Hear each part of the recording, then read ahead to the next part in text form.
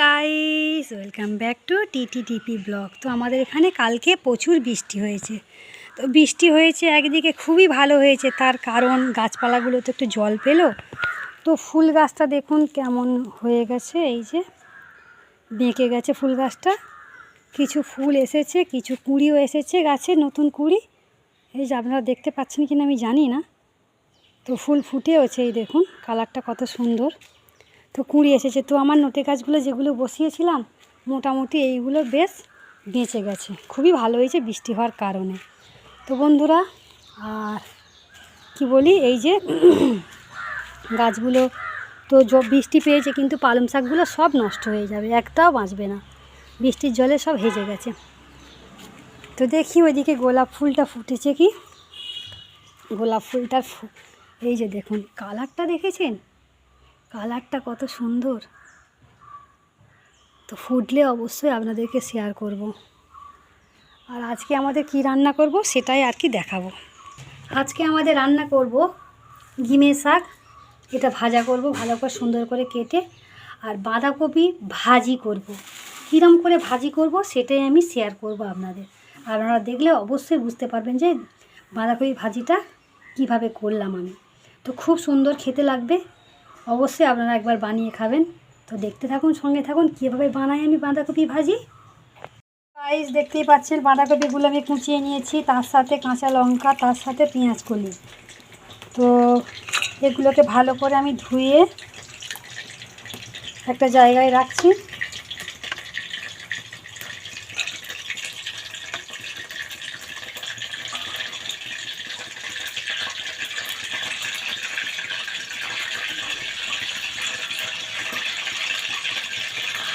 তো এবার আমি কি করব, কড়াই কারি পাত্তা দিয়েছি,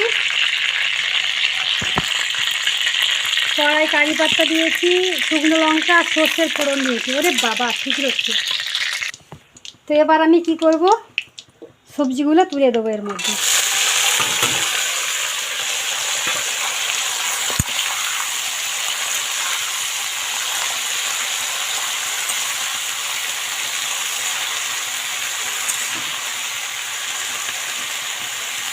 তো আমি হালকা করে চাপা দিয়ে দেবো।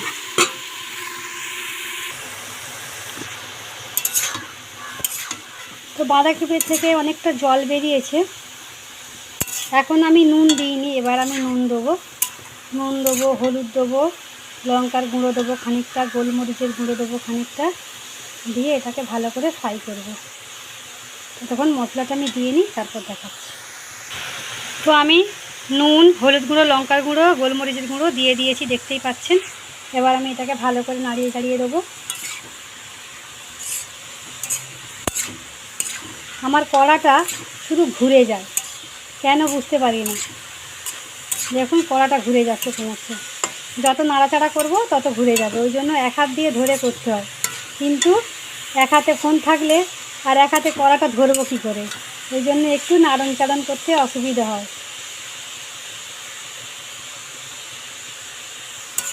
তো আমি আরেকবার ঢাকনা দিয়ে দেবো, দিয়ে একটু আঁচটা আমি কমিয়ে দেবো।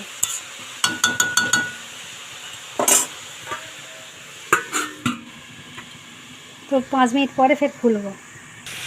তো ঢাকনা আমি খুলে দিয়েছি, দিয়ে ভালো করে একটু নাড়িয়ে চাড়িয়ে দিচ্ছি।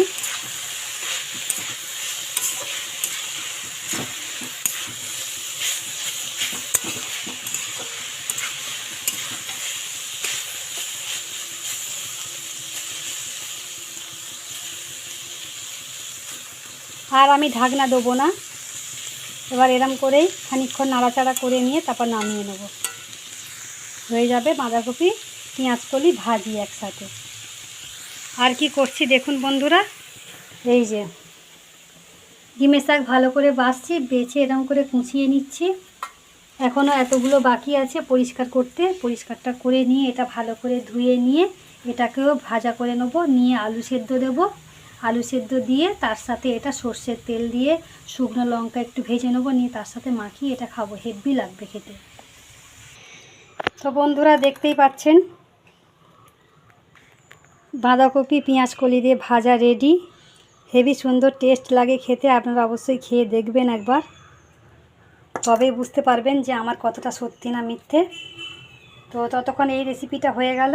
তো আর একটা রেসিপি যখন বানাবো তখন শেয়ার করব, ততক্ষণ দেখতে থাকুন, সঙ্গে থাকুন। তো গাইস, কড়াই সর্ষের তেল দিয়ে দিয়েছি, দিয়ে শুকনো লঙ্কা দুটো দিয়েছি, এ দুটোকে ভেজে রেখে দেবো। তুলে তারপর এর মধ্যে আমি দেবো ঘিমে শাক। এই যে, তো এই ঘিমে শাক দেখতে পাচ্ছেন যে এতটা ঘিমে শাক। তো এতটা ঘিমে শাক কতটা হয়ে যায় সেটাই দেখাবো। আর আমি একটা আলু সেদ্ধ করব, আলু সেদ্ধ করে মাখাবো, মাখিয়ে ওটা দুপুরবেলা ভাতের সাথে গরম ভাতে খাবো।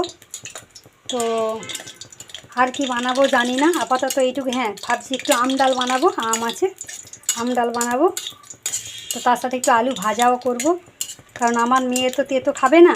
তো আমার মেয়ের জন্য তাহলে আমাকে একটু আলু ভাজা করতেই হবে।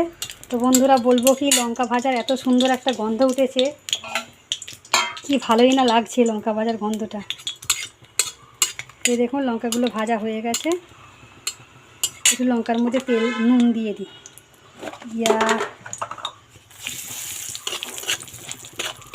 তো ভাজা হয়ে গেছে, এবার এগুলো তুলে নেবো আমি। তো তুলে নিই, ততক্ষণ নিয়ে দেখাচ্ছি। তো গাইস দেখুন ঘিমে শাকটা কতটুকু হয়ে গেছে। বলছিলাম না যে দেখতেই শাক অনেকগুলো লাগে, কিন্তু ভাজলে কমে যায়। তবে এইটা ভাবছি যে আলু সেদ্ধর সাথে মাখাবো। তো আলুটা সেদ্ধ করা হয়নি এখনও, তো আপনাদেরকে দেখাতে পারবো না মাখানোটা। তো সবাই তো মাখানো নিশ্চয়ই জানবেন। এদিকে লঙ্কাটা আমি গুঁড়ো করে নিয়েছি, দেখতেই পাচ্ছেন। তো ওর মধ্যে এই শাকটা ভেজে তুলে রেখে দেবো। তো আলুটা সেদ্ধ হয়ে গেলে ওর মধ্যে এটাকে ভালো করে সুন্দর করে মাখিয়ে দেবো। আর আপনারা যদি এই শাকটা পান অবশ্যই খাবেন, কারণ সিজনের যে কোনো জিনিস, সিজনের জিনিস খেতে খুব মজা লাগে। তো এইটা এই গরমের সিজনেই, হালকা হালকা যে গরমের সিজন, এই সিজনেই পাওয়া যাবে, এরপর আর পাওয়া যাবে না। যদি কেউ পেয়ে থাকেন অবশ্যই খাইয়ে দেখবেন। আর আমাদের আর একটা কী বানাবো, এই যে মুসুর ডাল, দু রকমের মুসুর ডাল, হলুদ মুসুর ডাল আর লাল মুসুর ডাল, দেখতে পাচ্ছেন এখানে দু রকমের মুসুর ডাল পাওয়া যায়। তো এই দু রকমের ডাল আমি সেদ্ধ করে নেবো, নিয়ে এটা ধনেপাতা, পেঁয়াজ আর শুকনো লঙ্কা দিয়ে ফোড়ন দেবো। আর হচ্ছে কি যে আমের চাটনি করব। আর কিছু হবে না আমাদের আজকের মতো, আমাদের এইটুকুই। আমাদের মাছ ডিম কিছুই নাই আজকে আমাদের এই দিয়ে ভাত খাওয়া হয়ে যাবে। আর কালকে রবিবার আছে, কালকে রবিবার দিনে দেখি স্পেশাল যদি কিছু করতে পারি তো আপনাদেরকে শেয়ার করব। ততক্ষণ বন্ধুরা দেখতে থাকুন, সঙ্গে থাকুন। গাইস, একটা আম কেটেছিলাম, তো আমটা দেখুন অর্ধেক অর্ধেক পাকা পাকা লাগছে। তো সেই জন্য ভাবলাম যে একটু চাটনি করে নিই। তো চাটনি করে নিচ্ছি, সর্ষের ফোড়ন দিয়েছি, দিয়ে এটাকে ভালো করে ভাজছি। ভেজে নিয়ে এর মধ্যে হালকা করে জল দেবো, তারপরে চিনি দেবো, একটু হলুদের গুঁড়ো দেবো, নুন দেবো। তো নুনটা আমি এখনই দিয়ে দিই। নুন দিয়ে দিয়েছি, তো হালকা করে হলুদও দিয়ে দিই।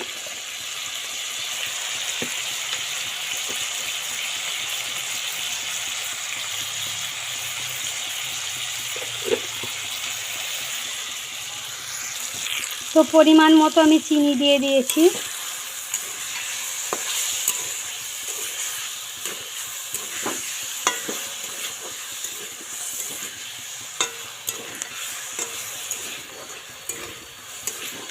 তো এর মধ্যে আমি পরিমাণ মতো জল দিয়ে দেবো।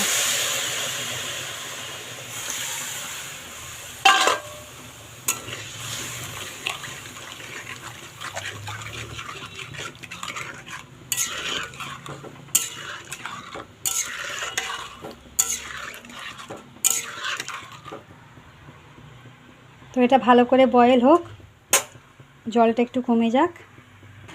তো গাইস, চাটনি রেডি, দেখতেই পাচ্ছেন। এই গরমের সময় চাটনি খেতে খুবই ভালো লাগে, বিশেষ করে আমার তো সত্যি খুব ভালো লাগে। আমাদের সবাই চাটনি একটু পছন্দ করে।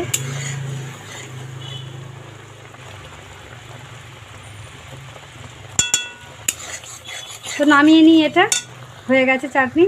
গাইস, ডাল বানানোর জন্য আমি একটু রসুন কুচিয়ে নিয়েছি, টমেটো, কাঁচা লঙ্কা, ধনেপাতা, পেঁয়াজ, আর এদিকে আমি মৌরি দিয়েছি, মৌরি। তো একটা শুকনো লঙ্কা দেবো এর সাথে। আর বন্ধুরা, ডালটা সর্ষের তেল দিয়ে করছি। আমার মেয়ে সর্ষের তেল একদম পছন্দ করে না। আমরা দক্ষিণ ভারতে থাকি বলে আমাদের সানফ্লাওয়ার অয়েল, নারকেল তেল, সর্ষের তেলটা শুধু আমি সেদ্ধ দিলে কোনো কিছু তার জন্য ইউজ করি। আর অন্য কিছুতে তরকারিপত্র ইউজ করলে আমার মেয়ে ওই তরকারি খেতে চায় না, ওই জন্যে আমি তরকারিতে দিই না। কিন্তু আজকে ডালে দিচ্ছি, ডালে দিলে তেমন একটা ভালো বোঝা যাবে না। ওই যে সর্ষের তেলের একটা ঝাঁস থাকে না, ওইটা আমরা না খেয়ে খেয়ে আমাদের মানে একটা নাকে গন্ধ লাগে, আমরা খেতে পারি না, আমাদের মনে হয় যেন সর্ষের তেলের তরকারি টেস্ট লাগে না। তো সেই জন্য আমরা সর্ষের তেলটা কম ইউজ করি, আর সানফ্লাওয়ার অয়েল আর নারকেল তেলটা বেশি ইউজ করি।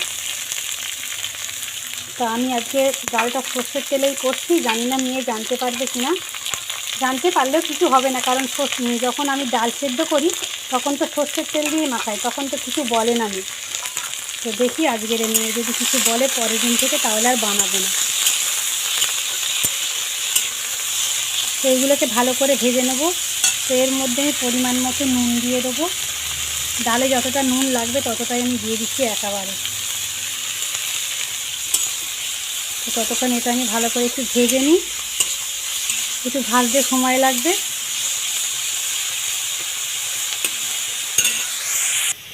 তো বন্ধুরা, ডালটা দেখতেই পাচ্ছেন খুব সুন্দর সেদ্ধ হয়ে গেছে। তো আমি ডালের মধ্যেই আলু দিয়ে দিয়েছিলাম, ওই আলুগুলো আমি তুলে নিচ্ছি, বেশি দিইনি, একটা বড় আলু দিয়েছিলাম, কারণ মেয়ে তো তেতো খেতে চায় না, জোর করে ওকে খাওয়াতে হয়, একটুখানি জোর করে খাওয়ায়। তো এদিকে এইটা ভাজা হয়ে গেলেই তো ডালটা আমি দিয়ে দেবো। তো তার আগে আমি একটু হলুদ দিয়ে দেবো। তো আমার মেয়ে একটু হলুদটা দিয়ে নিই ডালে। তো সামান্য পরিমাণ হলুদ আর সামান্য পরিমাণ চিনি দিয়েছি, দিয়ে আমি এটাকে ভালো করে নাড়িয়ে চাড়িয়ে নিচ্ছি।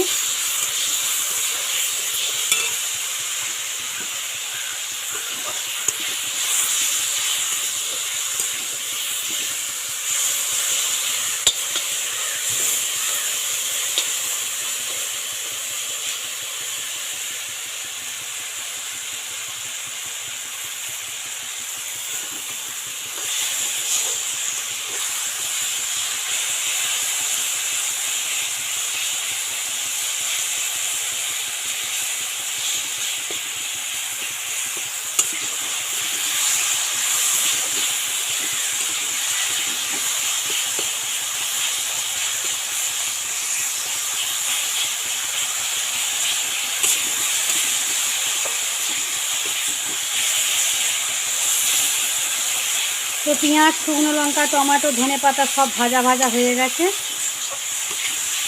কাঁচা লঙ্কা দেওয়া আছে এর মধ্যে। এবার আমি ডালটা এর মধ্যে দিয়ে দেবো।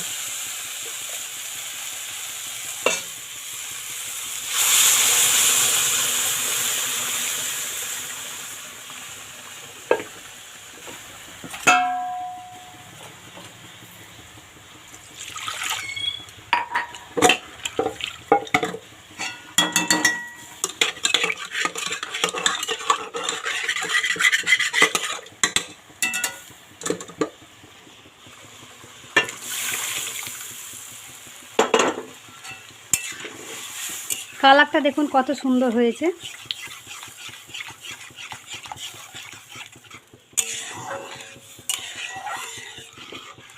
তো আমি একবার, আমার একটা বান্ধবী ছিল নেপালের, তো তার বাড়িতে প্রায় দিনই খাবার নেমন্তন্ন করতো, আমিও তাকে নেমন্তন্ন করতাম, সেও করতো।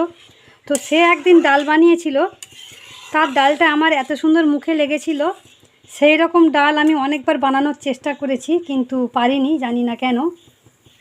তো তার ফর্মুলা হয়তো আলাদা, কারণ আলাদা আলাদা দেশ হলে সেখানে রান্নার ভাবটাও অন্যরকম হয়। তো ও নেপালের ডাল করেছিল হেবি সুন্দর, কিন্তু ও মাছের ঝাল করেছিল। তো মাছের ঝালে এত বেশি টক দিয়েছিল যে আমি সেই মাছের ঝাল আমি খেতে পারিনি। ওর কিন্তু খুব ভালো লেগেছিল, আমি বললাম যে এত টক মানে মাছের ঝাল আমি খেতে পারবো না। তো যাই হোক, ডালটা দেখে তার কথা মনে পড়ে গেল, সেই জন্য বললাম। তো বন্ধুরা, আজকে আমাদের মোটামুটি দেখতেই পেলেন যে গিমে ছাগল ভাতে, ডাল, আর ওদিকে বাঁধাকপি ভাজি করেছি,